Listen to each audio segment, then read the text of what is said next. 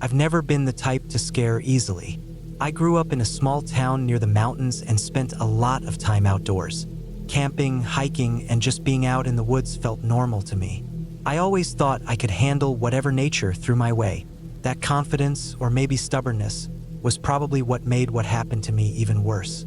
I want to tell you the whole story because I know some people might think it sounds like a ghost story or some kind of made-up horror tale.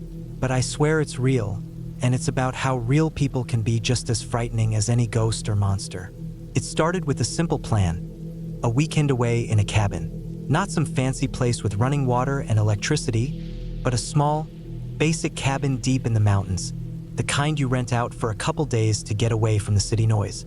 I found the listing online, saw some pictures, and figured it'd be a good way to relax after a long stretch of work. The cabin was called Dead Man's Ridge Cabin. Yeah, the name should have been a warning in itself, but I didn't think much of it. Names like that are common in the mountains. They're just to attract tourists or add a little thrill. The owner was a man named Carl, who lived in the nearby town and handled rentals. We exchanged a few messages, and he told me the cabin was clean, had a wood stove, and was stocked with basic supplies like firewood and some canned goods left by the previous renter. I packed my bag with clothes, food, some hiking gear, and enough fire-starting tools to last the weekend. I didn't plan to bring anyone else with me. I needed to get away from people for a bit, clear my head. The drive up was long but peaceful. The road narrowed as I got closer to the mountain, twisting and turning through thick forests. Around late afternoon, I reached the small dirt road Carl had told me about. It was easy enough to miss if you didn't pay attention. I drove down it for a few miles until the forest seemed to close in all around me. The air was cooler, filled with the smell of pine and damp earth. Finally, the cabin came into view. It looked even smaller in person than in the pictures, but sturdy. Weathered wood, a small porch with a couple of old chairs, a stone chimney sticking out the roof. No electricity, no cell signal. That last part was fine by me. I wanted to disconnect anyway. I parked my car next to the cabin, grabbed my gear, and walked up the porch steps. The door was unlocked, just like Carl said. Inside, the cabin was simple. A small kitchen area with a wood stove, a table, a few chairs, and a narrow bed pushed into the corner. The floor creaked under my feet. Dust was light but visible. The place smelled like old wood and dampness. I lit a fire in the stove, and the cabin slowly warmed up. The sun was starting to set, casting long shadows across the trees outside. I unpacked my food, made a simple dinner of canned beans and bread, and ate while sitting at the table, watching the fire through the small window. The woods outside were quiet except for the occasional rustle of leaves and distant bird calls. I thought I'd take a quick walk before dark to stretch my legs and get a feel for the place. I stepped outside, locking the door behind me, and followed a narrow path that led downhill toward a small clearing. I could hear a creek somewhere nearby, its soft rush blending with the wind. The sky darkened quickly, and I turned back toward the cabin, noticing that the forest seemed much denser here, with tall trees blocking most of the remaining light. Back inside, I stoked the fire to keep the cabin warm and settled onto the bed with a book. The wind started to pick up, shaking the cabin just enough to make the wood groan. Outside, branches scraped against the windows, and the occasional snap of twigs sounded like footsteps. I tried to focus on the book, but my mind kept drifting to the noises. I reminded myself that I was in the middle of the woods, and noises like that were normal. Animals, the wind, maybe a raccoon or two. Nothing to be afraid of. Still, the noises didn't stop. Around midnight, I heard something different. Not the wind or animals, but a slow, steady crunching sound outside the cabin, like someone walking carefully on the gravel path. I froze, listening. The sound stopped for a moment, then started again, moving closer to the cabin. I told myself it was probably just an animal, maybe a deer or a wild pig, but the crunching was too heavy for a deer, too careful for a pig. I grabbed my flashlight from the table and opened the door slowly. The beam of light sliced through the darkness, but there was nothing there. No footprints, no broken branches, nothing. I closed the door and locked it tight. My heart was pounding, but I told myself it was just nerves. Morning came slowly, with a pale light filtering through the trees. I was tired but determined to enjoy the day. I made breakfast on the stove, then decided to explore the area more. I took the path toward the creek, following it upstream. The forest opened up here and there, showing steep cliffs and rocks covered with moss. I found a small waterfall where the water spilled over a ledge, cold and clear.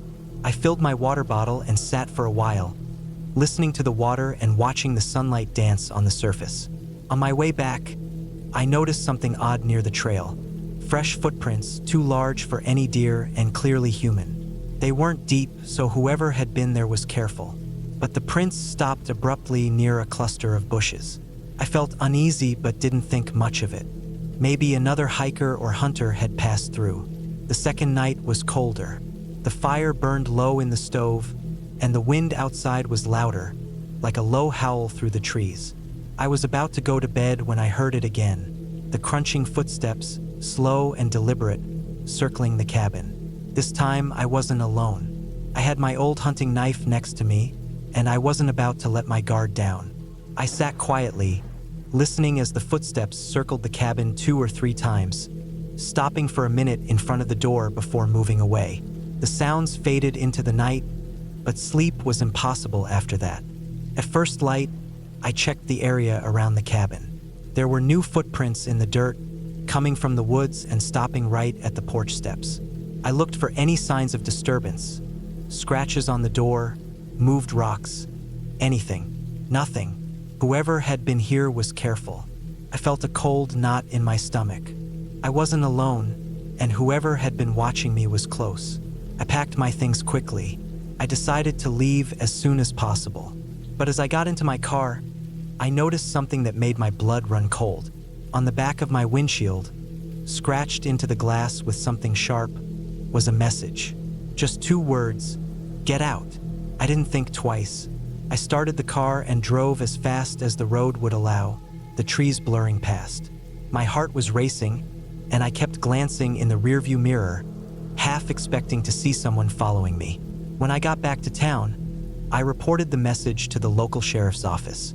They took it seriously, though there wasn't much they could do without any proof of who might have been near the cabin. Carl, the cabin owner, said no one else had been renting it recently and that he'd checked the place himself.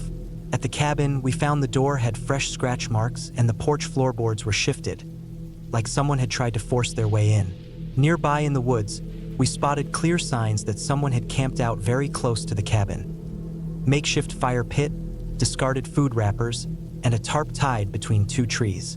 It was clear whoever had been there had been watching the cabin, maybe waiting for someone to come or go. I never stayed at the cabin again. I learned later that the area had a reputation not for ghosts, but for some dangerous people, poachers, squatters, or just drifters who like to live off the grid. I think someone saw me as a threat or just wanted to scare me off. Whatever their reason, I never found out who it was. Sometimes I think about what would have happened if I had stayed. I'm not sure I'd be here to tell the story. The woods can be beautiful, but they can also hide real dangers. Not from monsters or spirits, but from other people. When you're alone in a place where no one can hear you, even the smallest sign of someone else can feel like a threat. I learned that day to trust my instincts and to respect how unpredictable nature and people can be. No ghosts, no fairy tales. Just the raw, uncomfortable truth that sometimes the scariest things are real and very close to home.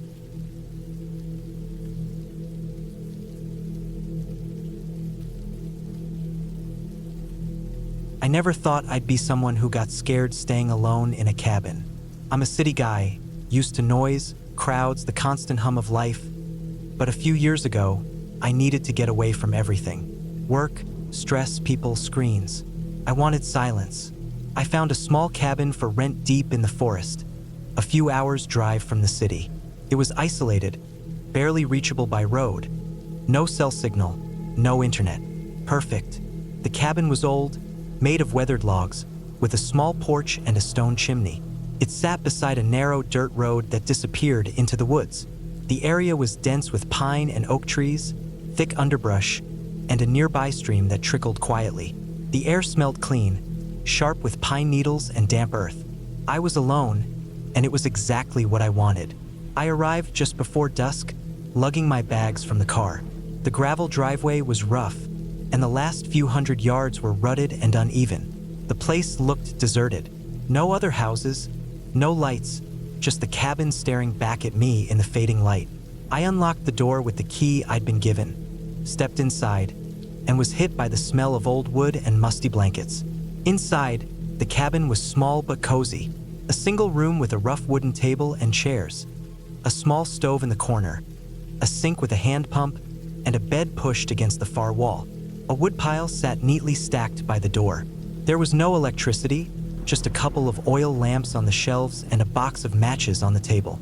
I put my bags down, started unpacking, and lit a lamp. The room glowed softly.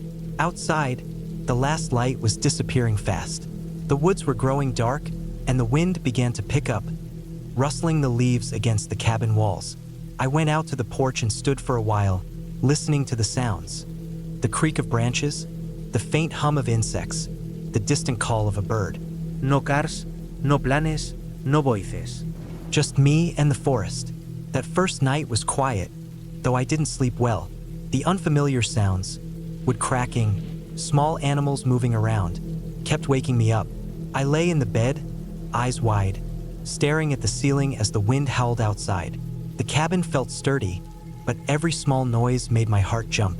I told myself it was just the forest, nothing more. In the morning, I made coffee on the stove, boiled water from the stream, and took a long walk down a trail that started just beyond the cabin. The trees towered overhead, filtering the sunlight into green shadows. The path was narrow, uneven, and after a while, I found myself farther from the cabin than I wanted. The silence out here was deep, almost heavy, broken only by the crunch of leaves underfoot. I tried to keep track of landmarks to find my way back. The stream, a large fallen tree, a strange rock shaped like a jagged triangle. After about an hour, I felt ready to turn back. I walked quickly, but when I reached the spot where the trail should have been, it was gone, covered by fallen branches and brush. For a moment, panic prickled my skin. I looked around carefully, but everything seemed the same. The woods all looked alike. I retraced my steps slowly, trying to keep calm. After about 20 minutes, I finally spotted the trail again, faint under the leaves. Relief washed over me, but I couldn't shake the feeling of being watched. I kept my eyes scanning, but there was nothing, just trees. The next day, I went into the nearby small town to pick up some supplies. It was a quiet place with a general store, a gas station, and a few houses scattered along the main road. I stocked up on canned food, batteries, and some firewood. The cashier was polite but didn't say much, and the locals seemed friendly but reserved. Back at the cabin, I spent the afternoon chopping wood and stacking it by the porch. The rhythm of the work helped me settle in, made me forget the creeping unease from the day before. That night, I built a fire in the stone ring outside and sat watching the flames flicker. The stars were bright, scattered across the black sky like tiny lanterns. I felt peaceful for a while. Then the noises started. First, it was just little things. Branches snapping near the cabin at odd times. The sound of footsteps crunching on dead leaves just beyond the tree line. Sometimes the wind would blow strangely, making the trees groan like old bones. One night, I was lying in bed, the fire outside dying down, when I heard something slow, deliberate moving outside. Not running, not frantic, but steady. I froze. The sound circled the cabin, slow and steady, moving closer, then farther away. I sat up and grabbed the flashlight from the table, shining the beam out the window. The woods were black beyond the reach of the light.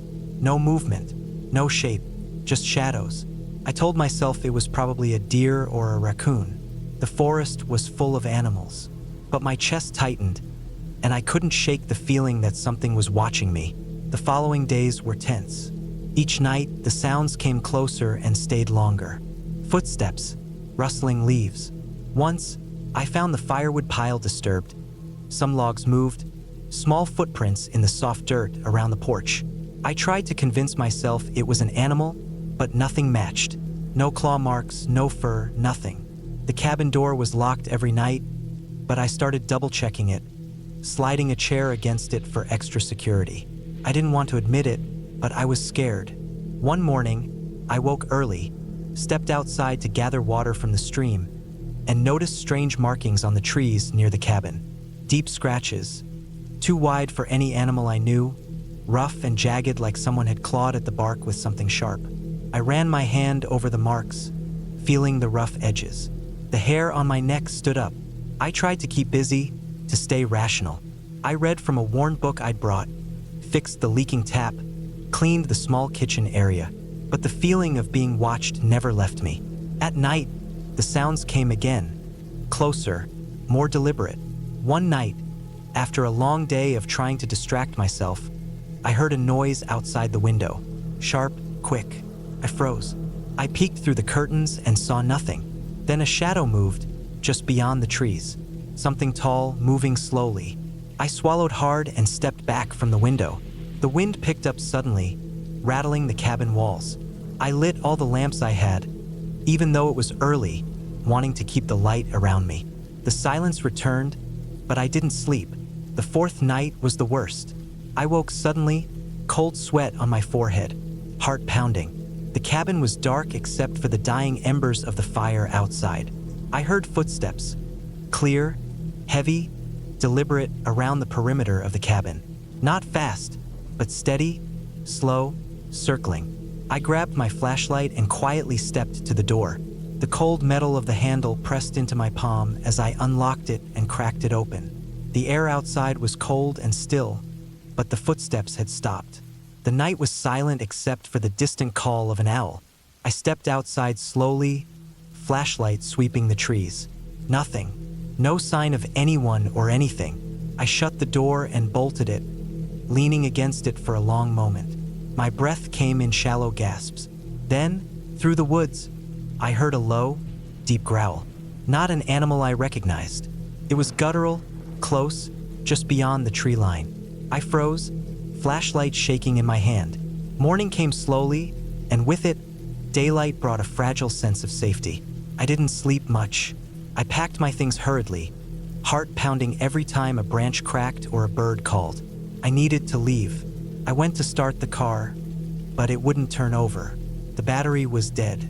No cell service, no way to call for help. I cursed myself for not checking it earlier. I had to walk. I grabbed my backpack and started down the dirt road, hoping to find a main road or a house. The sun was high, but the forest was thick and shadowy. Every step felt heavier. Hours passed. The trail twisted and turned, and I began to lose my sense of direction. The trees looked the same in every direction. I stopped several times to catch my breath, listened for sounds, but the forest was quiet, too quiet. Suddenly, I heard a twig snap behind me. I spun around, eyes wide, but saw only trees. I kept walking, faster now, heart pounding, sweat slicking my skin. The shadows between the trees seemed to stretch and move, though I knew it was just my mind playing tricks. I stumbled onto a small dirt road, wider and clearer than the trail I'd been following. Relief flooded me. I kept walking along it, hoping for a house or a passing car. I tried to stay calm, focused on putting one foot in front of the other. After what felt like forever, I saw a car parked beside a small cabin. Smoke rose gently from the chimney. A figure appeared on the porch, and I waved frantically. They saw me and came down the steps. That person gave me a ride to the nearest town, where I called for help to jumpstart my car. On the way back, I looked out at the trees.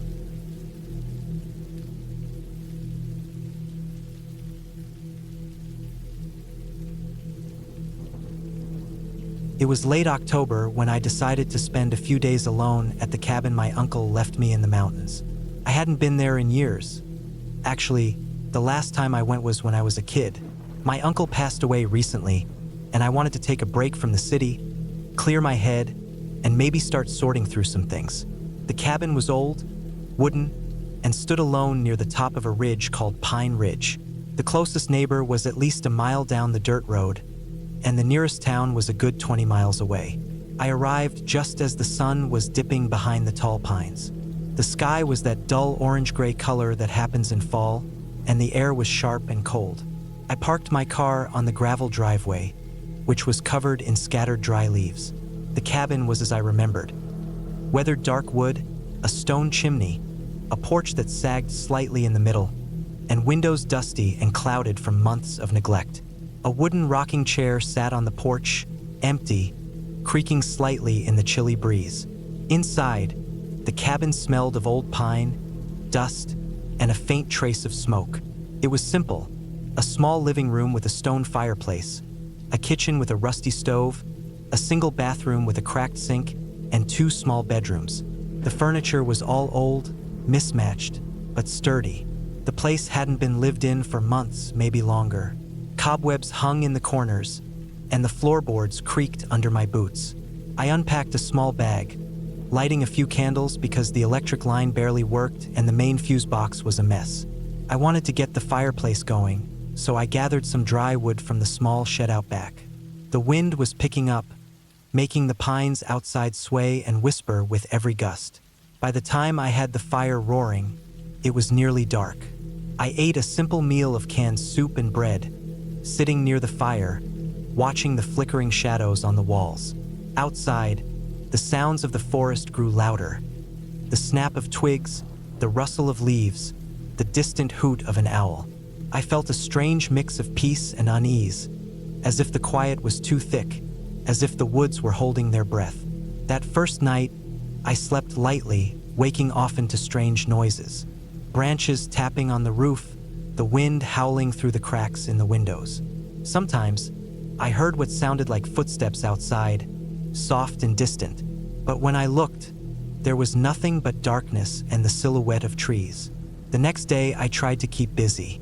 I walked down the dirt road to check the mailbox by the gate and saw the remains of an old campfire nearby. Someone had been here recently, or maybe a hunter or traveler.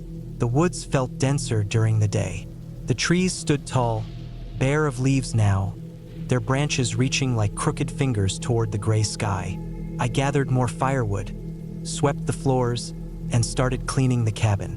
I found a few old notebooks and papers in a drawer. My uncle had been a man who liked to jot down his thoughts. Some pages mentioned strange things happening around the ridge. Footprints found near the cabin, odd sounds in the forest at night, things moved or missing from his supplies. Nothing supernatural, just unexplained signs of someone else being around. Maybe trespassers or hunters. I shrugged it off. I liked the solitude. I liked the quiet, but the feeling never left me. That something was watching, waiting. That evening, as I sat by the fire again, I noticed the wind had stopped. The air was unnaturally still, heavy, like before a storm. I looked outside and saw something move behind the trees. A dark shape, just for a second. Maybe a deer, maybe something else. I felt my skin prickling. I decided to lock all the doors and windows. The old cabin had a rusty bolt lock on the front door and wooden shutters on the windows. I slid the bolts into place, stacked a few chairs against the door just to be safe. The sense of being alone here was no longer comforting. It felt like being a small island surrounded by an ocean of silence and darkness. Around midnight, the quiet shattered.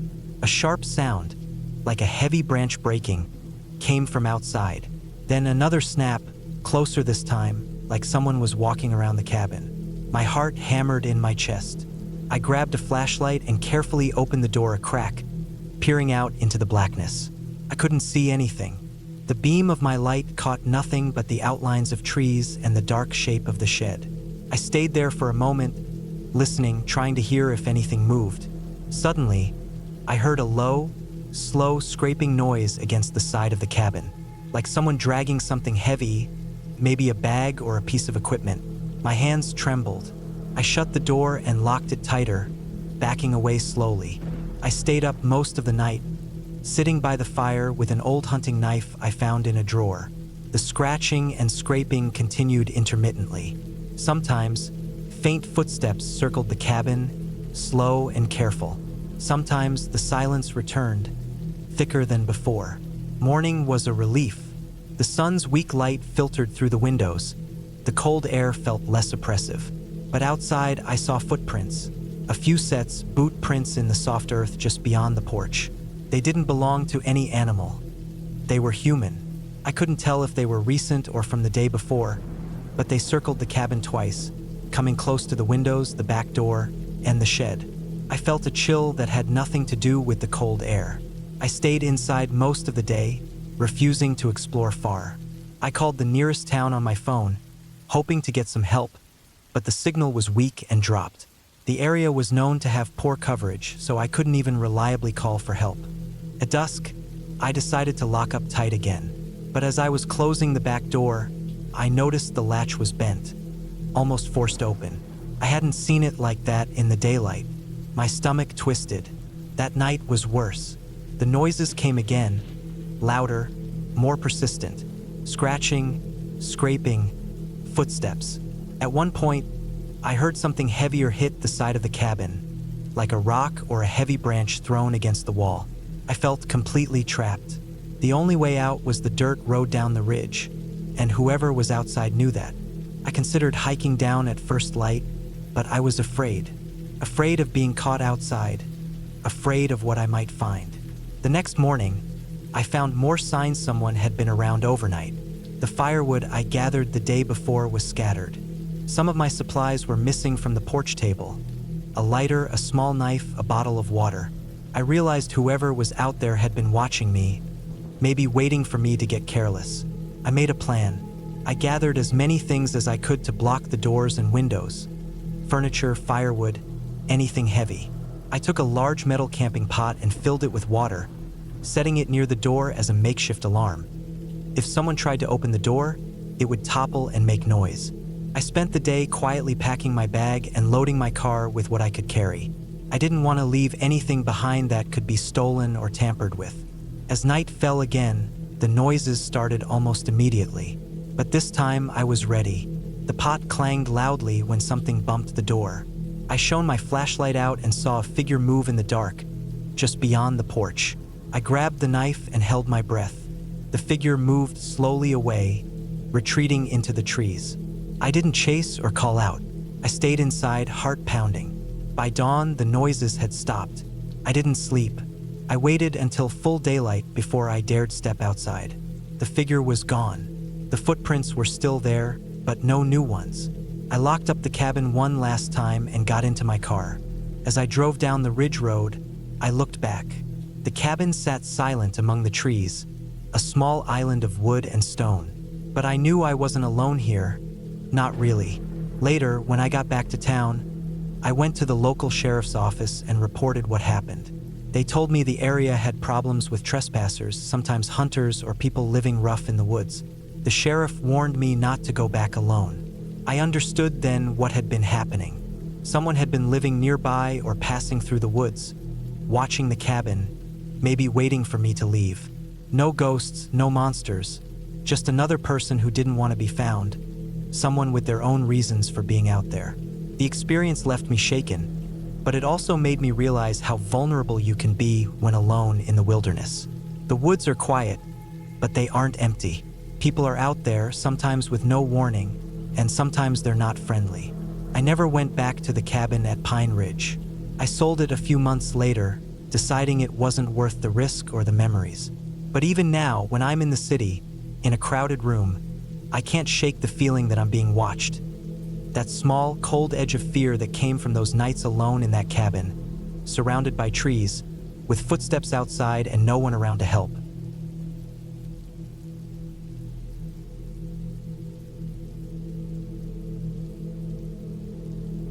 I never thought I'd write about this. I always told myself I'd keep it locked away, buried deep in my mind like something that didn't belong in real life. But I guess sometimes you need to get it out to make sense of it all. This is what happened to me one late fall, in a cabin that felt like it should have been a sanctuary but turned out to be anything but. It started with a simple plan. I wanted to get away from the city. I had been working nonstop for months, and the stress was eating me alive. My job wasn't easy, and I was tired of the noise, the traffic, and the constant buzz of screens. I found a small cabin for rent deep in the woods, a few hours from where I lived. The place looked perfect in the pictures. A small wooden cabin beside a frozen creek, with thick pine trees all around and a dirt road leading up to it. It wasn't fancy, but that was exactly what I wanted. Simple, quiet, alone. I packed just the basics. Some clothes, food, water, a first aid kit, and my old camping gear. I brought a small lantern, a flashlight, and some batteries. No internet, no cell service. I wanted to disconnect completely. The drive was long but beautiful. The further I got from the city, the quieter everything became. The road narrowed, twisting through the forest. The trees pressed close to the edges, their branches thick and dark even in the bright afternoon. When I finally reached the cabin, the sun was just beginning to dip behind the hills. The cabin was exactly like the pictures. Wooden logs stacked carefully, with a small porch out front and a chimney that looked like it hadn't been used in a while. The windows were dusty, and the door creaked when I pushed it open. Inside, it smelled like old wood and earth, with a faint scent of smoke from long ago. There was a small kitchen area, a table, a wood stove, and a bed with a thin mattress in the corner. It was cold, but I expected that. The heater didn't work, but I had brought some firewood. After setting my things down, I gathered some dry wood from the nearby pile and started a fire in the stove. It took a while to get going, but once the flames caught, the warmth slowly filled the room. I sat there watching the fire crackle, feeling a strange mix of peace and unease. It was too quiet, too still. Outside, the forest was already swallowing the light. The only sound was the soft rush of the creek nearby and the occasional snap of a twig. I told myself it was nothing, just the normal sounds of the woods. But even then, I felt eyes on me. That first night, I slept poorly. The bed was hard, and I kept waking up to strange sounds. I heard the creek outside, but there were other noises too. Something scraping lightly against the cabin walls, faint enough that I almost convinced myself it was the wind. But the wind didn't sound like scratching. In the morning, I stepped outside to look around. The frost was thick on the ground, crunching under my boots. The creek was almost frozen, the water barely moving beneath a thin layer of ice. I noticed marks on the porch, scratches in the wood, deeper than the night before. I had definitely heard something, but what? The forest was dense, and the dirt road I came on disappeared quickly into the trees. I decided to take a walk to clear my head. The woods were beautiful in the daylight. The tall pines, the crisp air, the scattered leaves on the forest floor. I tried to relax, to remind myself why I had come here. But then I found something. About 100 yards from the cabin, half hidden under some fallen branches, I saw footprints in the dirt.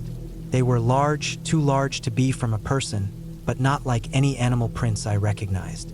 The shape was odd, like a mix between a human foot and something else.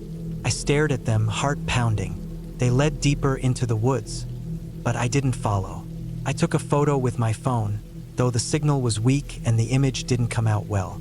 I went back to the cabin feeling uneasy. I locked the door, even though I was alone out here, miles from the nearest town. That night, I kept the fire burning all night, too afraid to sleep. The next day was worse. I heard heavy footsteps around the cabin, slow, deliberate, sometimes on the roof, sometimes circling the building. I couldn't see anything through the windows, but the sounds were clear. I found more scratches on the door frame and a deep gouge in the wood where something had tried to pry it open. I started to check the windows carefully. One of them had a small crack, like something had hit it hard. I looked outside, but there was nothing except the forest and the creek. The footprints were gone, but I noticed broken branches near the tree line. Something was moving around out there. I didn't sleep that night. I sat by the fire, clutching my flashlight and a heavy stick I found in the woods. Every noise outside made me jump. Every shadow looked like it was watching me. On the third day, I decided I had to leave. I packed quickly, threw my stuff in the car, and got ready to drive back. But as I stepped outside, I stopped cold. The dirt road was blocked. A large fallen tree lay across the path, freshly broken. It wasn't there before. I didn't hear it fall, but the branches were cracked and splintered like something heavy had pushed it down. I tried to move it, but it was too heavy. Panic set in. I was trapped. I went back to the cabin and locked the door again. I felt more vulnerable than ever. The footsteps came back that night, louder, heavier. I could hear something moving through the trees just beyond the clearing, circling, waiting. I kept the fire going and the lantern lit, watching every dark shape. I don't know how many hours passed like that. The fire started to die down, and I was cold, hungry, and exhausted. I thought about my phone, hoping to get a signal somewhere nearby, but it stayed dead. Then I heard it, a deep, guttural growl from the woods. Not an animal I knew, not a bear, not a wolf, nothing I'd ever heard before. It was close. I grabbed my flashlight and shone it toward the sound. The beam caught something moving quickly between the trees. Something big, too big to be a person. I could see eyes reflecting the light, low to the ground. It wasn't human. I froze. The growl grew louder, a heavy breathing that shook the ground beneath me. I backed inside and slammed the door, holding the stick tight. Morning came and the growling stopped. The footsteps faded. The woods were silent again. I spent the day breaking apart the furniture in the cabin to make barriers, stacking heavy chairs against the door and windows. I felt like a prisoner. Then I noticed something odd. Outside, in the fresh snow that had fallen overnight, were more tracks. Not the same ones from before, but huge, almost the size of my forearm. They circled the cabin slowly, then disappeared into the forest. I realized something terrible. Whatever was out here was watching me. It wasn't just curious, it was hunting. The following night was the worst. The creature came close. I could hear it breathing heavily just outside the cabin. It scratched the walls, snarled, tried to force its way in. I hit the door with my stick, screamed, threw everything I had at the windows. It was relentless. I didn't sleep. I barely moved. By dawn, it had gone, leaving deep gouges in the wood and broken glass on the floor. I knew I couldn't stay. I found a spot on the roof where the creature hadn't destroyed the shingles. Climbing up was dangerous but necessary. I grabbed a rope I had packed and tied it around a big tree nearby. I pulled myself over the edge and onto the roof. From there, I could see the fallen tree blocking the road. With great effort, I climbed down the other side and started clearing branches and logs with my bare hands. It took hours, but eventually, I made a small path enough to squeeze my car through. I jumped into the car, locked the doors, and started the engine. As I drove away, I looked back once. The creature was standing at the edge of the forest, watching me leave. I never went back. I told myself it was some wild animal, something aggressive and territorial, but I know what I saw. It wasn't normal. It wasn't just an animal. It was something waiting in the woods, something patient, something dangerous. The cabin was supposed to be a place of peace, but for me, it became a trap, a nightmare made real by something lurking just out of sight. That's why I never go camping anymore, because out there, in the silence of the woods, you're not as alone as you think.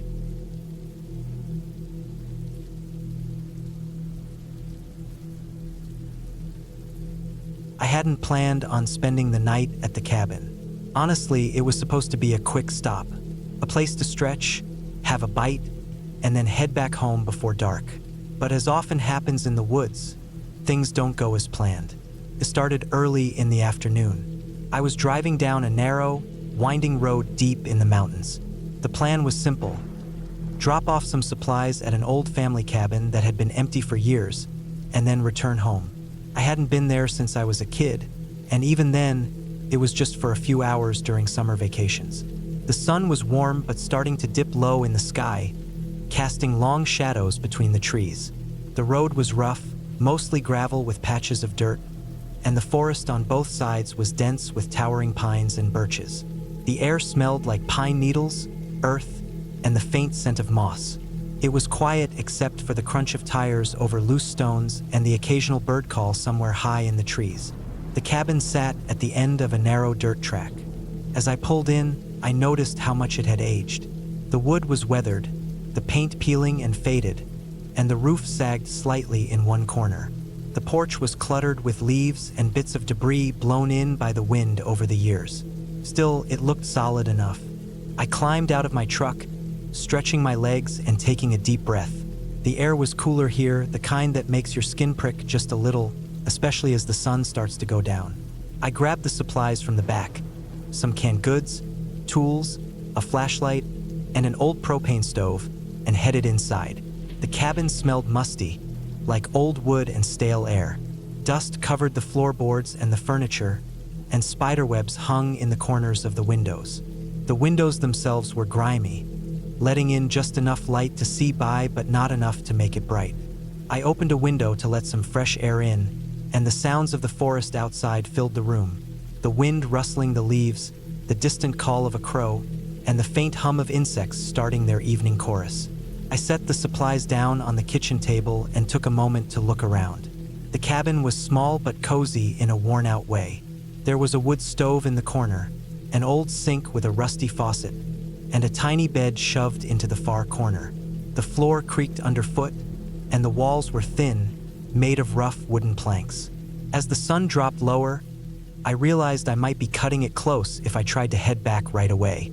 The road was tricky, and driving in the dark on gravel is always a bad idea. I decided I'd stay the night. Felt safer, and I could get an early start in the morning.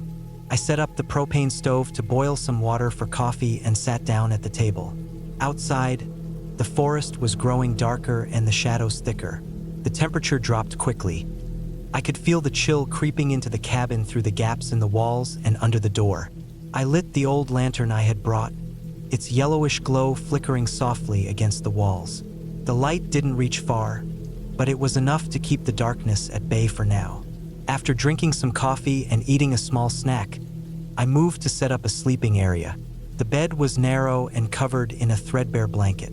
I cleared off the dust and spread out my sleeping bag. It wasn't the most comfortable night's sleep, but it would have to do. By the time I lay down, the sky was completely dark, and the forest outside was alive with sounds. The chirping of crickets, the occasional hoot of an owl, the snap of a twig from some unseen animal. I tried to relax and let the quiet soothe me. But then, just as I was drifting off, I heard it. A noise outside the cabin. It was subtle at first, a faint scraping like something being dragged across the ground. I froze, straining my ears. The noise stopped, then a low, slow thud on the porch. I told myself it was probably just a branch falling or some animal moving around. The woods were full of critters, and it was normal for them to get curious about the cabin. I closed my eyes again, but then the thud came again. Louder this time. It was definitely on the porch. My heart rate picked up. I got out of bed slowly and grabbed my flashlight. The beam cut through the darkness as I moved to the door and looked outside. The porch was empty, nothing but leaves scattered in the wind. I opened the door cautiously and stepped out. The night air was cold and smelled of wet earth. I scanned the area with the flashlight, focusing on the trees and the underbrush nearby. No sign of anything unusual. Then I noticed something on the porch floor. A thin, long scratch running across the wood, fresh and jagged, like a claw had scraped it. The thought made my skin crawl. No animal that size lived around here that I knew of, or at least none that would dare come this close. I shut the door quickly and locked it. The noise had stopped, but the feeling of being watched lingered. I tried to settle back down, but sleep wouldn't come. Every small sound made me jump. The wind rattling the windows, the creak of the cabin settling, the distant howl of some wild animal. Hours passed like that. I kept my flashlight close and the door locked tight. At some point, I heard footsteps, not the light, skittering steps of a squirrel or bird, but heavy, slow steps around the cabin. I didn't dare open the door or look outside. Instead, I sat in the dark, my back against the wall, my breath shallow. The footsteps circled once, then stopped. Silence. Morning was a relief. The sky lightened to a pale blue, and the sun peeked over the trees, warming the cabin and chasing away the cold. I opened the door slowly. The porch was empty except for more scratches, deeper and more jagged now, running along the wood near the steps. I looked around the perimeter of the cabin. The ground was disturbed, as if someone, or something, had walked there in the night. There were footprints, large and heavy, but strangely irregular. Some were muddy, others almost like a drag mark. I packed up quickly and started back down the dirt road. The whole way, I kept glancing behind me, half expecting to see something following. When I got back to the main road, I stopped at the ranger station to report what happened. They listened quietly, then told me the area had seen recent break-ins, sometimes by desperate people looking for shelter or supplies. The scratches, the footsteps, the noises, they were signs that someone had been hanging around the cabin, likely hiding out in the woods. It wasn't ghosts or monsters. It was something more real. Someone dangerous, someone desperate, someone willing to get close and maybe watch for hours to make sure the cabin was empty before moving in. I never went back to that cabin alone.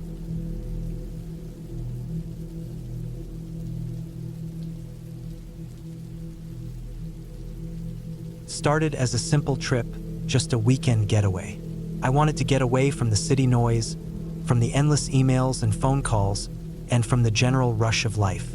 My friend had found this cabin deep in the woods, miles from the nearest town or paved road. The pictures looked perfect: a small, weathered wooden cabin surrounded by thick trees, a narrow dirt road leading up to it, and a creek running just a few yards away. No electricity, no cell service, no distractions. Just the woods and me. The drive there was long. The last 10 miles or so were on a dirt road so rough and narrow I had to go under 20 miles an hour. Trees pressed close on either side, their branches scraping the car as I passed. The air smelled like pine and wet earth. No other cars, no houses, no people. Just me and the forest. When I arrived, the sun was already low, about 2 hours before dusk.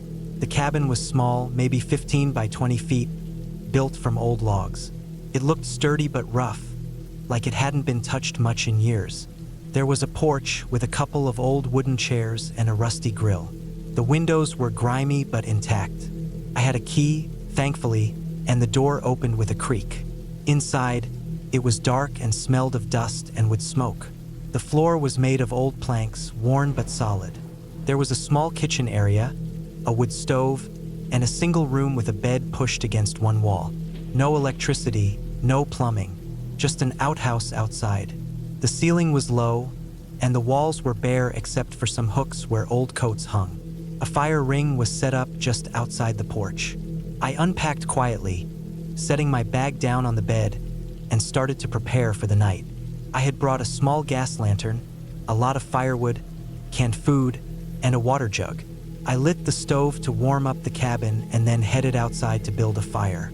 The wood around the cabin was dry and crackled easily. As the fire grew, the orange flames cast long shadows on the trees, and the air smelled like smoke mixed with pine. After dinner, I sat on the porch chair, wrapped in a thick jacket. The forest was dark but alive with sounds. Crickets, frogs near the creek, the occasional rustle of small animals in the bushes. No wind, no storm, just quiet. I went inside around 10 p.m. I was tired from the drive, and the cold night air made me want to sleep. I checked the door locks and windows, double-checked my lantern, and climbed into the bed. The mattress was thin and the blankets rough, but I was too tired to care. First, sleep came easy, but around midnight, I woke up suddenly. The cabin was completely silent except for the soft crackle of the dying fire in the stove. The moonlight shone faintly through the windows. I felt a chill, but not from the cold. Something felt off. I tried to brush it off, telling myself it was just the newness of the place or maybe a bad dream creeping in. I got up, went to the kitchen to check the stove, and added a bit more wood. The fire sparked back to life, filling the room with warmth. I sat back down on the bed, staring out the window. The woods were black, but I thought I saw something move in the trees. A quick shadow. I blinked, but it was gone. Probably just a deer or a raccoon. Still, I couldn't shake the feeling of being watched. The next morning, I woke up early to sunlight filtering through the dusty windows. I brewed some coffee on the stove and ate a simple breakfast. I decided to explore the area, take a walk by the creek, maybe hike a bit. The forest was beautiful in the daylight. Tall pines, thick underbrush, moss-covered rocks. I found an old trail, barely visible, leading deeper into the woods. I followed it for a while, enjoying the fresh air and the quiet. No people, no signs of civilization. When I returned, I noticed something strange near the fire ring outside the cabin. There were footprints, big, heavy prints in the dirt, leading toward the creek and then back to the woods. They looked fresh, maybe from the night before. I felt a spike of unease. I was alone out here, miles from anywhere. Who else had been here? And why didn't I hear anything? I examined the footprints carefully. They weren't human. The shape was wider, the toes splayed. They reminded me of something between a bear and a large dog. But the size was strange, too big for any animal I knew in these parts.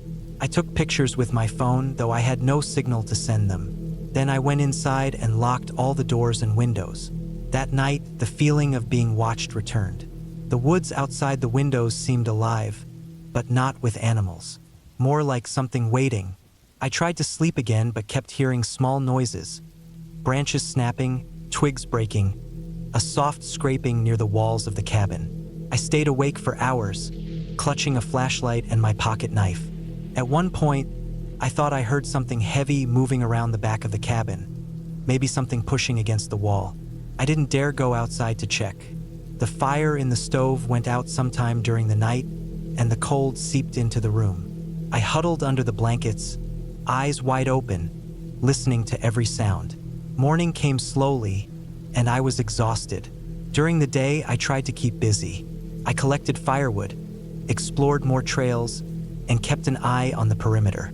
I didn't see any more footprints, but the strange feeling never left. That night was worse. Around 2 a.m., I was jolted awake by a loud thud against the cabin wall. It was like something heavy had slammed into the wood. Then another thud, and another, like something trying to break in. My heart pounded. I grabbed my flashlight and pocket knife again. I didn't want to look outside, but the noise was so loud I had to. I peered through a window. Outside, the fire ring was dark. There was nothing there, but the dirt was disturbed, with more giant footprints around the cabin. The prints were close now, almost like whatever had made them was circling the cabin. I wanted to call for help, but no cell service. I sat back down, trying to calm my racing heart. The noise stopped after a while. I stayed awake the rest of the night, listening. The next morning, I decided I had to leave. I packed quickly, but as I stepped outside, I saw something that stopped me cold. Near the fire ring was a pile of sticks, arranged carefully. They looked almost like a crude shelter, built by something. Nearby, I found more footprints, heading away from the cabin into the woods. I felt relief and fear at the same time. I started the car, eager to leave. But as I drove down the rough dirt road, I kept glancing in the rearview mirror. For a long time, I thought I saw movement in the trees, shadows following me. When I finally reached the paved road and the world of cell towers and traffic, I called the local ranger station. I told them about the footprints and the strange noises. They said that area was known for large black bears, especially a few older males that had been unusually aggressive. I realized then what had been stalking me. The prints were bear tracks, just larger and deeper than usual, probably because of the heavy soil and the weight of a big animal. The thuds on the cabin were the bear trying to get at the food I'd left outside. The feeling of being watched was the bear's keen sense, sensing my presence. The shelter of sticks was likely the bear marking territory or a place it had made to rest. There was no monster, no ghost, just a very large and curious, maybe hungry, bear. It was a harsh lesson about respect for the wild and the danger of underestimating nature. I never went back to that cabin.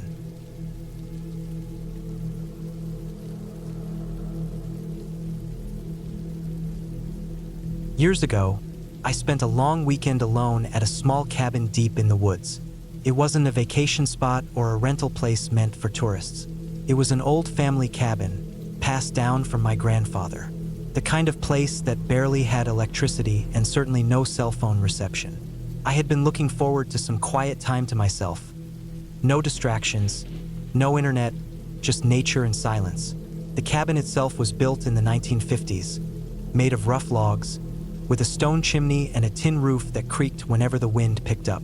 It sat about a mile off a gravel road, tucked away in a thick forest of pine and oak trees. The only way in was a narrow dirt path that twisted through the woods, worn down by decades of foot traffic and the occasional four-wheeler. I arrived late Friday afternoon, carrying a heavy pack filled with essentials, food, water, a lantern, firewood, and some tools. The sun was already low in the sky, casting long shadows through the trees. The air smelled fresh but damp, the ground soft from recent rains. When I finally reached the cabin, I took a moment just to look around.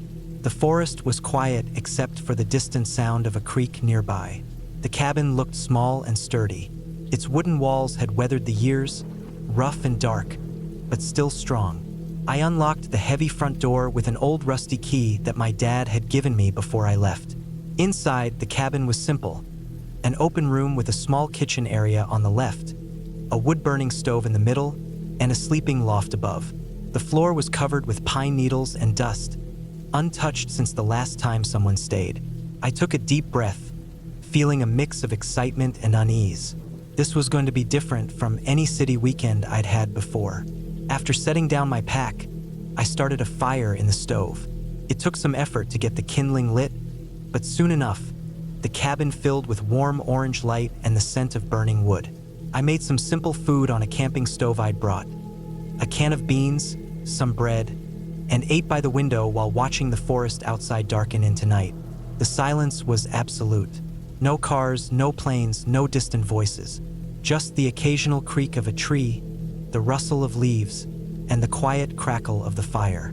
I felt peaceful at first, but as the night grew deeper, the silence began to feel heavier.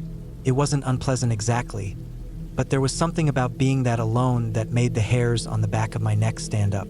I went to bed early, laying out my sleeping bag on the rough wooden floor. The cabin's only window had no glass, just shutters, so a cool breeze blew through the cracks. I pulled my jacket tight and listened to the sounds outside, the wind, an occasional snap of a twig, the distant murmur of the creek. Around midnight, I woke up suddenly. At first, I couldn't tell what had disturbed me. Then I heard it again, a faint scraping noise, like something dragging across the ground. It was coming from outside, near the side of the cabin. I froze, heart pounding. The cabin was small, and any sound was magnified in the stillness of the night. I grabbed my flashlight from the floor and crept toward the door, careful not to make a sound. I cracked the door open just enough to peer outside. The beam of light cut through the darkness, revealing nothing but trees and shadows. The scraping stopped. I waited a moment, then slowly stepped outside. The ground was damp with dew, and the air was cold. I shone the flashlight along the side of the cabin and down the path. Something caught my eye, a long, thin branch lying oddly flat on the ground, as if it had been dragged. I bent down and looked closer. The branch was broken at one end, scraped clean of bark, like it had been used to scratch or scrape against something hard. My mind raced with possibilities. Could it be an animal? Maybe a deer or a bear? But the noise had sounded heavier, more deliberate. I felt a cold sweat break out on my forehead. I decided to go back inside, lock the door, and check the windows. As I closed the door, I heard the faintest sound of footsteps crunching on leaves, slow, deliberate, and moving away from the cabin. I sat down by the fire, trying to calm myself. My mind kept going over what I'd heard.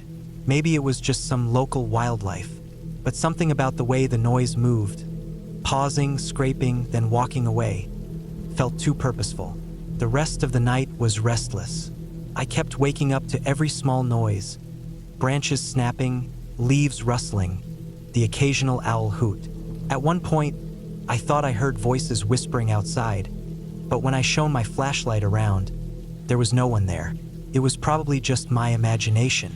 The next morning, I decided to explore the area around the cabin, hoping to understand better what might have been lurking nearby. I took my backpack and a sturdy walking stick and headed down the trail. The forest was dense, with tall trees and thick underbrush. The ground was uneven, covered in moss and fallen leaves. As I walked, I kept an eye out for animal tracks or signs of human presence. I came across some deer prints near the creek, but nothing unusual. Then, about half a mile from the cabin, I found something that made my stomach turn. On a tree trunk, scratched deep into the bark, were strange markings. They looked like crude symbols or letters, roughly carved with a sharp object. I examined them closely. They didn't make sense, but they clearly weren't natural. The cuts were fresh, maybe a few days old. I took out my phone to snap a picture. Even though there was no signal here, I figured I'd show it to someone later. The forest suddenly felt colder, darker. I hurried back to the cabin. That afternoon, I tried to shake off the growing sense of unease. I chopped some firewood, tidied up inside the cabin, and even started reading a book I'd brought. But every time I looked out the window, I felt watched.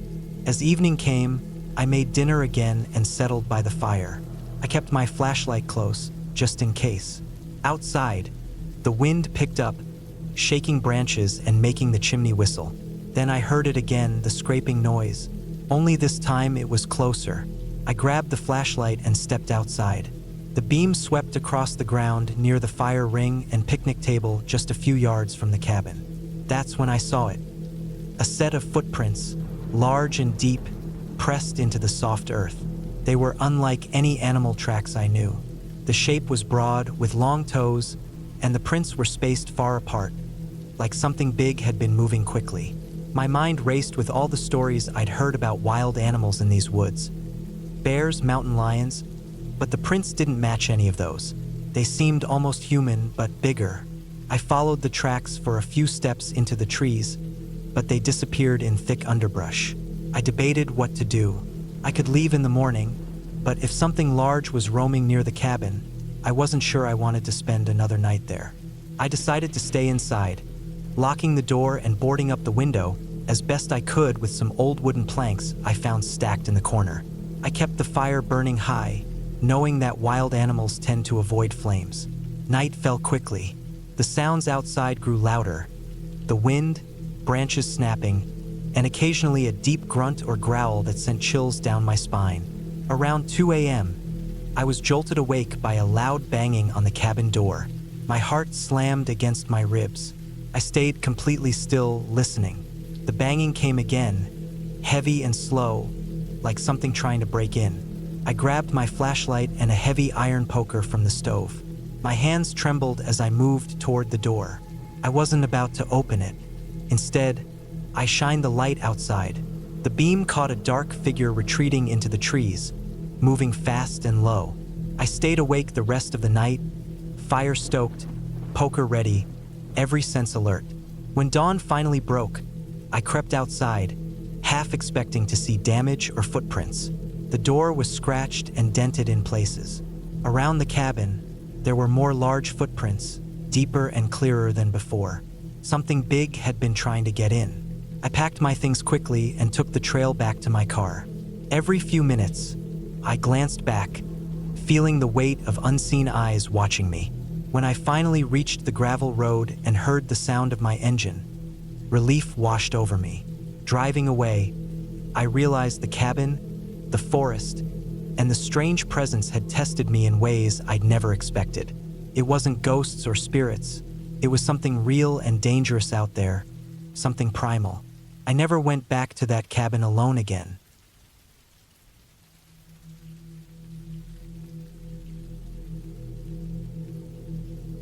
I had been looking forward to this trip for weeks.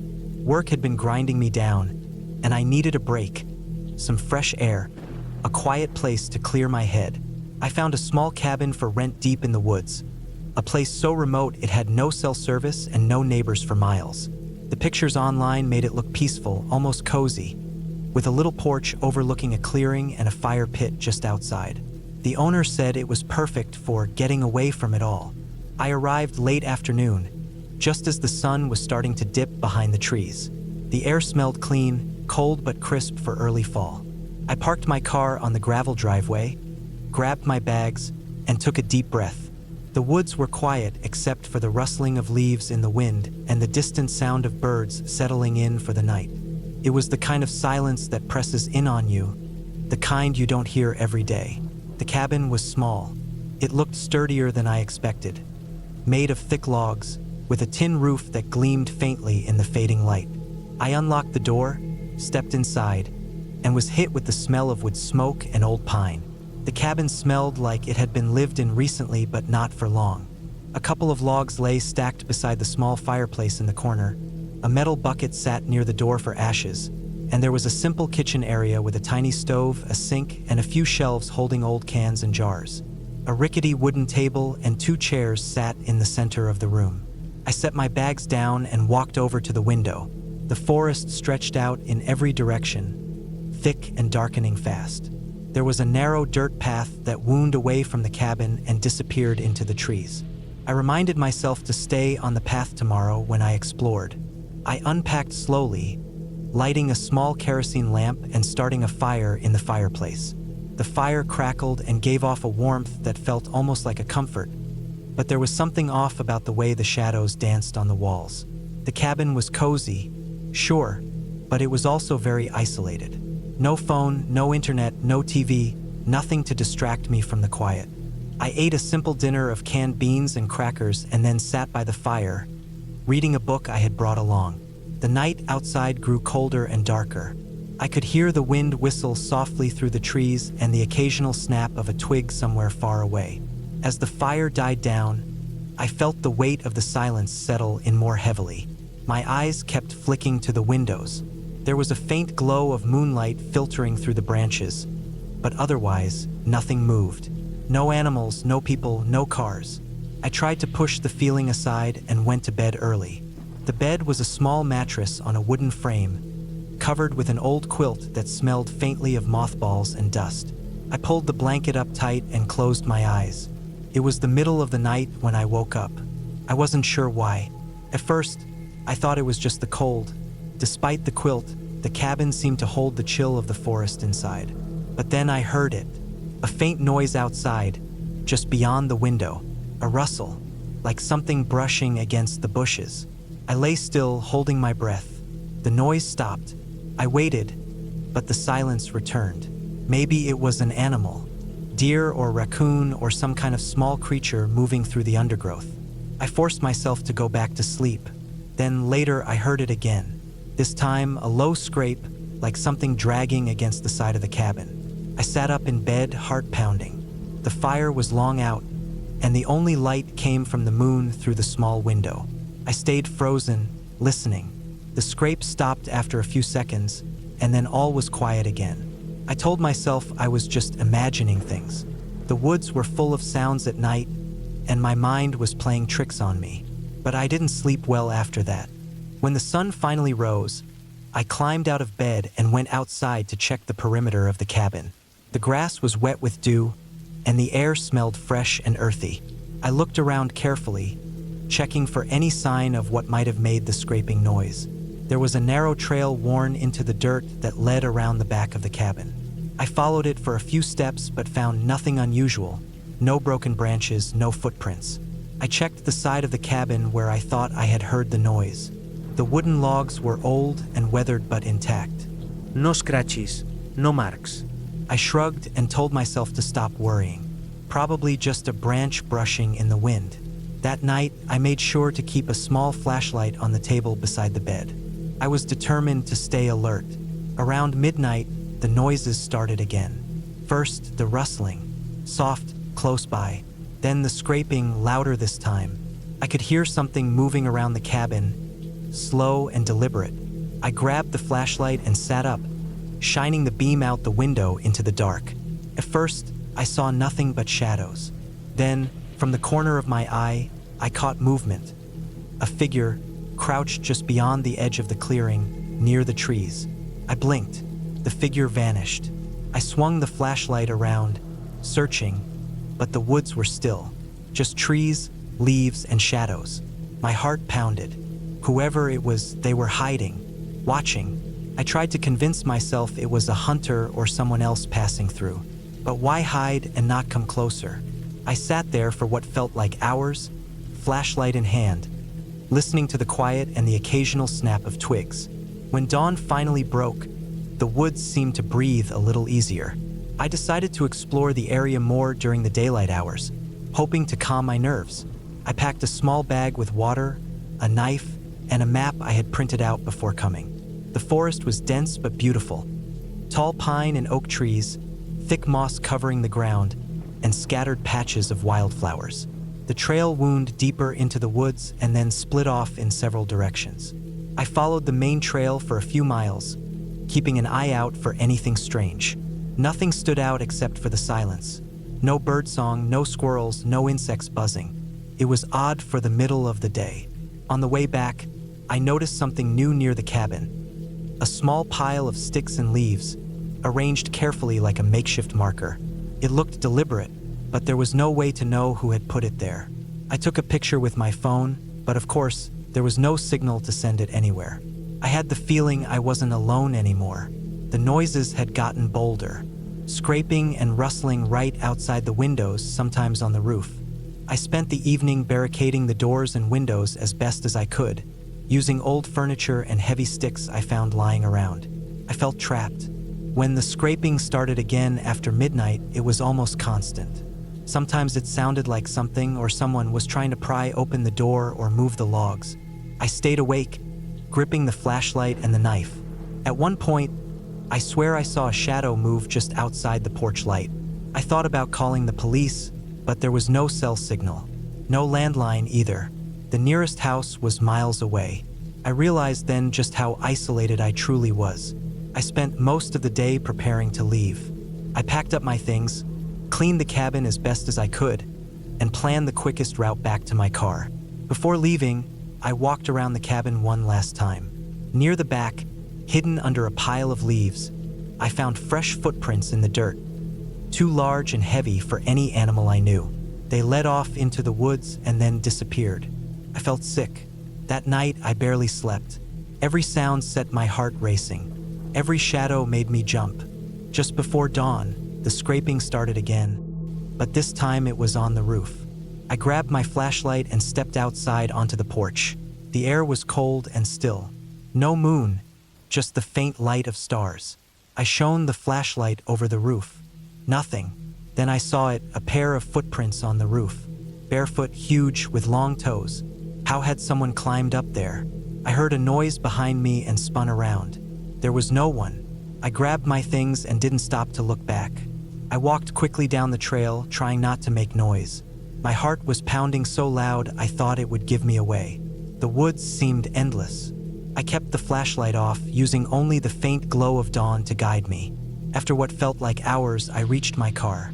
I locked the doors and sat inside, trembling. I called the owner to tell them I was leaving immediately. On the drive back, I realized how lucky I was. No one had confronted me, but someone had clearly been watching. The police said there had been reports of a local man who lived off the grid, known to lurk around cabins like mine, sometimes stealing or scaring off visitors. I never went back. What I learned from that trip was simple but important. Being alone in the woods can be peaceful, but it can also be dangerous. The things that scare us don't have to be monsters or ghosts. Sometimes, it's just the reality of being vulnerable and exposed to people or situations you can't control. I trusted the cabin would be a safe place, but it wasn't. And I think that's what really unsettled me. The knowledge that out there, in the quiet dark, someone was close enough to watch me, to invade my space, and I had no way to protect myself. No dramatic showdown, no rescue. Just the cold realization that sometimes real danger hides in plain sight.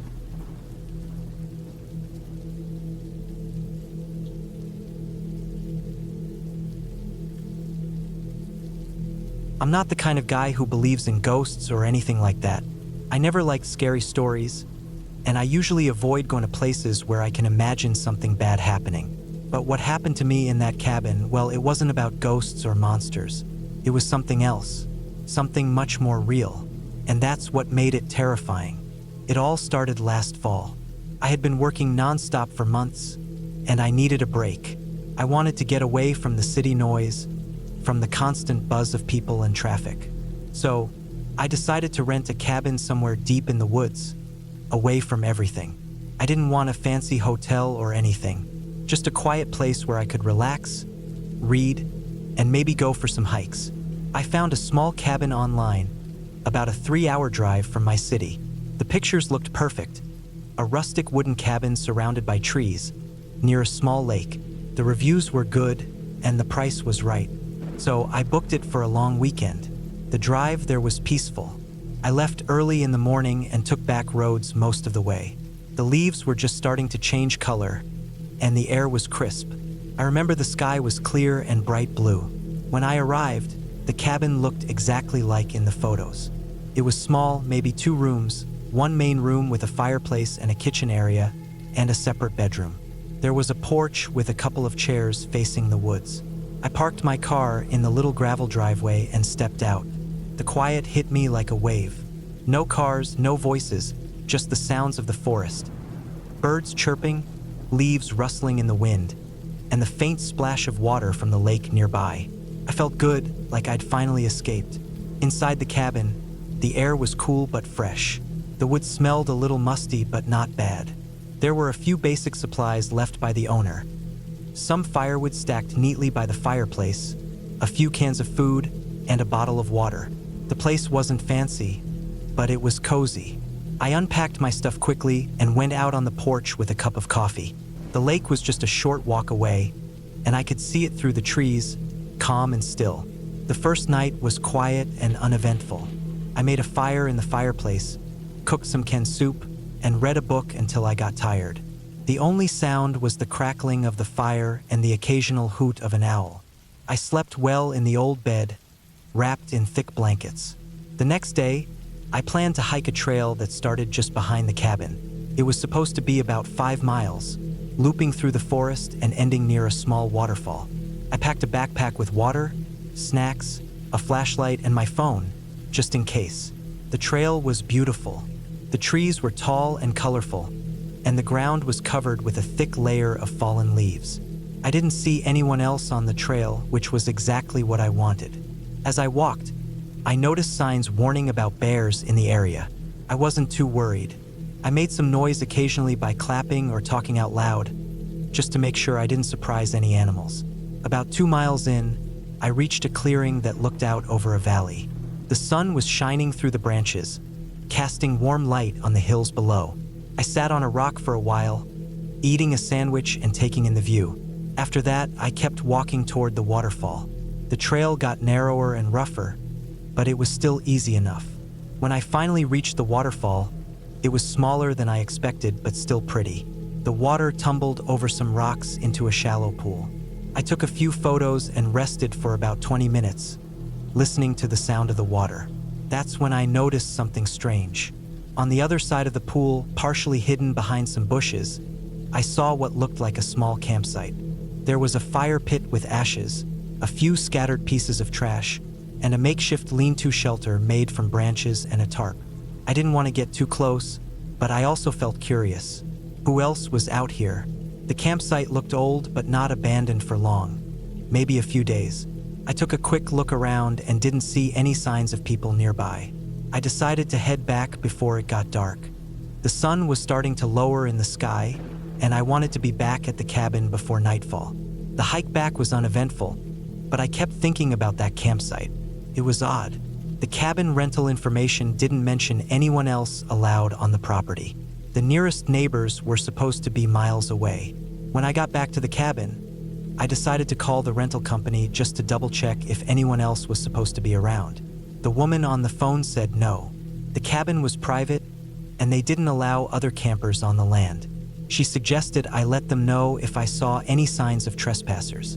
That made me uneasy, but I didn't want to make a big deal out of it. Maybe it was just some hikers passing through or someone who had set up camp illegally. That night, I was in bed by 10 p.m. I had just started to drift off when I heard a noise outside the cabin. It was faint, like a twig snapping or a branch rubbing against the cabin wall. I froze and listened closely. The forest was otherwise still. I got up quietly and peered out the window. The porch light was off, so the area was dark except for the faint glow of the moon. I couldn't see anything moving, but the feeling of being watched crept over me. I went back to bed, telling myself it was just the wind or an animal. I tried to ignore it and fell asleep again. The next morning, I woke early. The sun was shining, and the air smelled fresh. I went outside to start a fire for breakfast. As I gathered some wood, I noticed footprints in the dirt near the cabin. They weren't animal tracks, they were boot prints. The prints were fresh, maybe from the night before. That made my stomach tighten. Someone had been near my cabin while I was sleeping. I checked all the doors and windows to make sure they were locked. Everything was secure, but the thought that someone had been outside during the night made me uneasy. I spent the day trying to shake off the feeling. I went for another short walk, stayed close to the cabin, and kept the fire going all day. I didn't want to be outside alone after dark. That evening, I was cooking dinner on the small stove inside when I heard another noise. This time it was louder, like something scraping against the side of the cabin. I grabbed my phone and flashlight and slowly walked outside. The night was darker now, with clouds covering the moon. I swept the flashlight beam around the yard. There were no animals, no movement. But then I saw something on the ground near the back door. A large, rusty knife lying in the dirt. My heart pounded hard. I didn't understand how a knife got there or who left it. I picked it up carefully and brought it inside, locking the door behind me. I spent the rest of the night sitting by the fire, knife in hand, waiting for morning. The next day, I called the rental company again. This time, I told them about the footprints and the knife. They said they would send someone to check the cabin first thing the next day and advised me to leave if I felt unsafe. I wanted to stay. I thought maybe it was just some kids playing a prank or hunters passing through. But the feeling of being watched and the knife changed everything.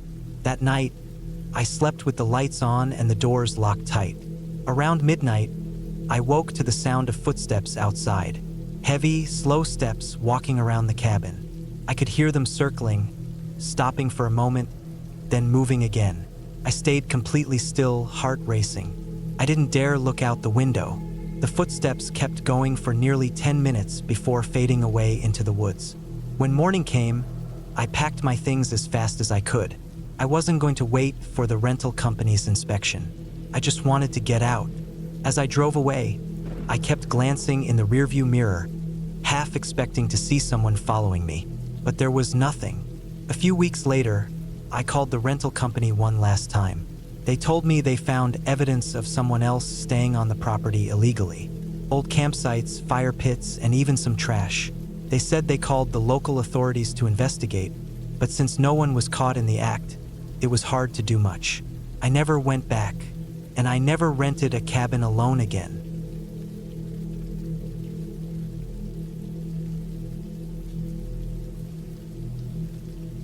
I'm not the type to scare easily.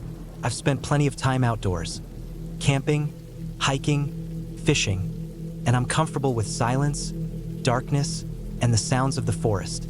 But one trip to a small, old cabin in the woods taught me that even the most experienced can find themselves caught off guard. This is the story of that night. It started in early October, when the air was crisp but not yet freezing. I wanted to get away from the city and the noise, so I booked a small cabin called Pine Ridge Cabin, about 2 hours' drive from where I live. The cabin was a rental through a local outfitter, located deep in a dense forest with nothing but trees for miles. No cell service, no neighbors close enough to hear you shout. The place was small, maybe 16 by 20 feet, with one room that had a wood stove, a small kitchen area, and a narrow loft for sleeping. The windows were old and single-paned, with cracks here and there, but the cabin looked solid. It had running water through a well pump and a small propane fridge. No electricity, no internet, no phone signal. Exactly what I wanted. I arrived in the late afternoon. The road to the cabin was a narrow dirt track, winding through thick pines and hardwoods. It was quiet except for the crunch of my tires on gravel and the occasional bird call. The air smelled of damp earth and pine needles, fresh and clean. I parked the car near a small clearing where the cabin sat on a slight rise overlooking a narrow creek that ran down a hill not far away. I unpacked my gear slowly, taking my time. Inside, the cabin was simple but cozy. The wood stove looked like it hadn't been used much in recent months but seemed functional. The loft had a mattress with a thick wool blanket folded on top. I stacked my backpack and sleeping bag in the corner and set up my small camping stove for cooking. As the sun lowered, I gathered firewood from the nearby forest, dead branches dry enough for a fire. I built a small stack by the wood stove, then went outside to collect more kindling from the ground, careful to avoid stepping on dry leaves that might catch fire unintentionally. When night fell, I closed the windows and lit the wood stove. The small cabin filled with warmth quickly, and I started cooking dinner. Canned chili warmed on the camping stove since the propane fridge was mostly empty except for a few bottles of water and juice. After eating, I cleaned up, stacked the dishes neatly, and settled near the stove with a book. The cabin was cozy, the wood stove crackling softly. Outside, the wind whispered through the branches, making the trees sway gently. That's when I noticed it. A sudden snap of a branch, loud and sharp, outside the cabin. At first, I thought it was an animal, maybe a deer or a raccoon. But the sound repeated, a slow, deliberate stepping on branches, closer each time. The footsteps were heavy, not the quick scampering of small animals. They circled the cabin once, then stopped. I froze. The warmth of the cabin seemed to vanish. My heartbeat sped up as I listened closely. The footsteps stayed still for a long moment, then faded away into the woods. I told myself it was probably a hunter or a camper walking nearby, maybe a deer moving slowly on thick branches. But still, the feeling lingered. The forest didn't usually have humans walking this late. I hadn't heard a car for hours. There was no trail leading directly to the cabin except the dirt road I came in on. I double-checked the windows and the door locks. Everything was secure. I pulled the curtains closed and sat back down by the stove, trying to calm myself. Hours passed. The wind grew stronger, rattling the loose window panes. The fire flickered, shadows dancing along the wooden walls. I kept looking toward the window, half expecting to see something out there. Then I heard it. A faint scraping noise, like metal against wood, soft but persistent, came from the back of the cabin. I got up slowly, grabbed the flashlight from the table, and crept toward the door leading to the small porch in the back. I shone the light outside. The beam caught the rough outline of a tree trunk and the scattered leaves on the ground. Nothing else. I stepped outside, the cold air hitting my face. The forest was dark and thick, the trees like black pillars. I scanned the area carefully but saw no movement. The scraping noise had stopped. I walked around the back of the cabin, flashlight in hand, looking for anything unusual.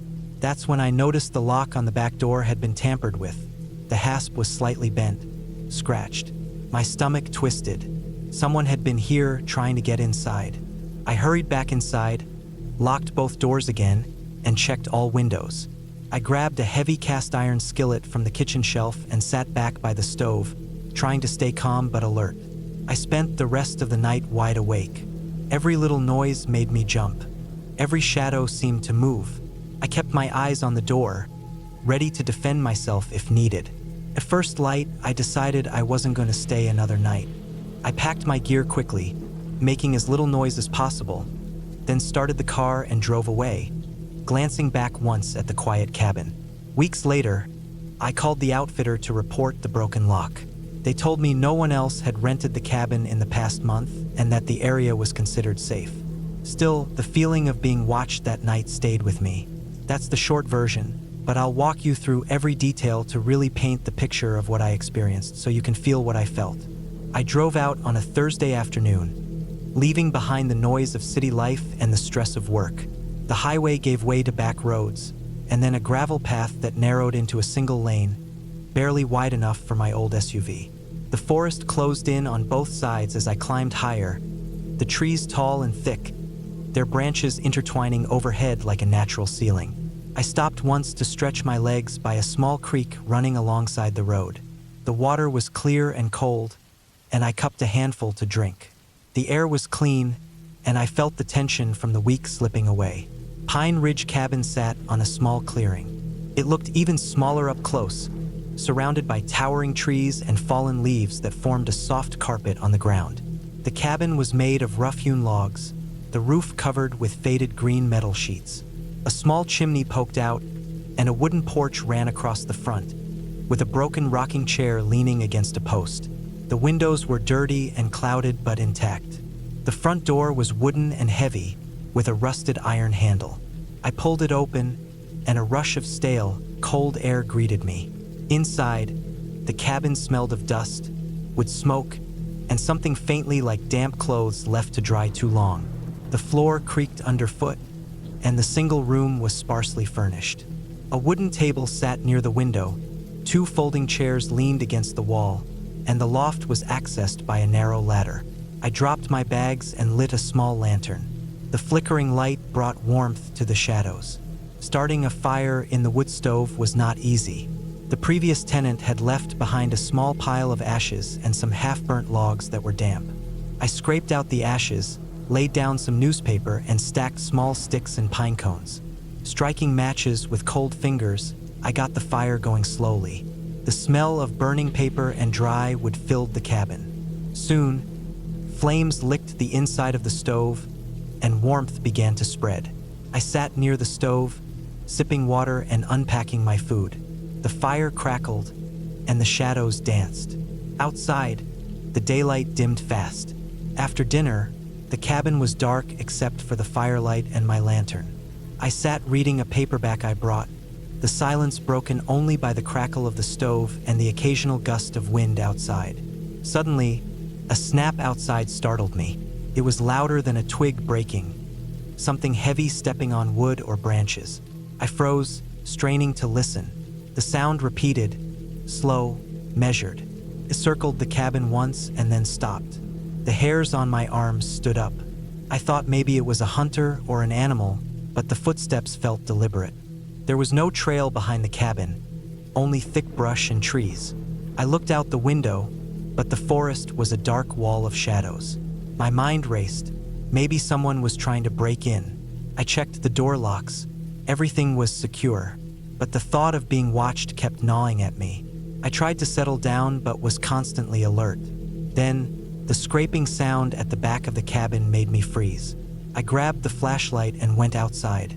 The night air was cold and smelled of wet earth. The beam of light caught the old wood of the cabin and the leaf-strewn ground. No one was there, but when I inspected the back door, the hasp was bent and scratched. Someone had tried to open it. I stayed awake the entire night, the skillet in hand, fire burning low. Every sound made me jump. Branches cracking, leaves rustling, animals calling. The forest felt alive in a way I hadn't noticed before. It was like the darkness was watching me back. When dawn finally broke, I packed up without making a sound. I didn't stay to find out who was there or why. I drove away, heart pounding. I reported the damage. No one else had been.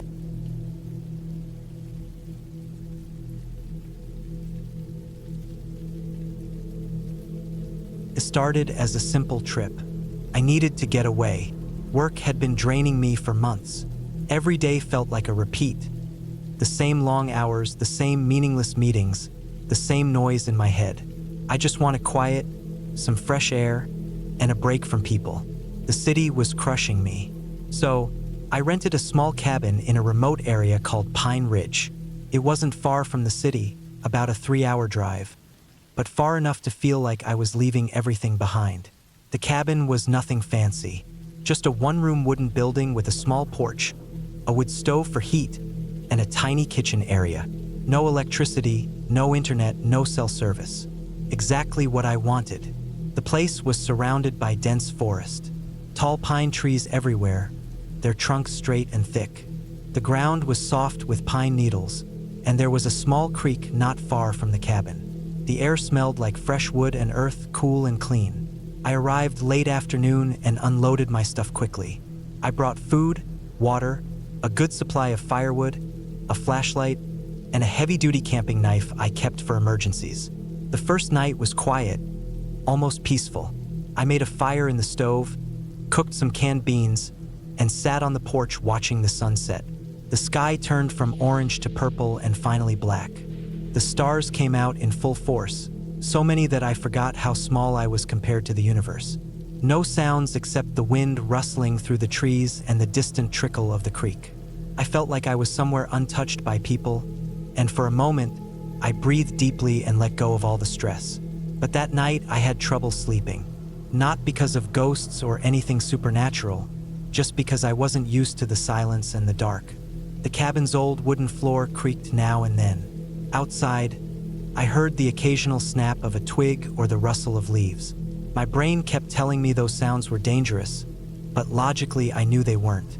When I finally fell asleep, it was a restless, light sleep.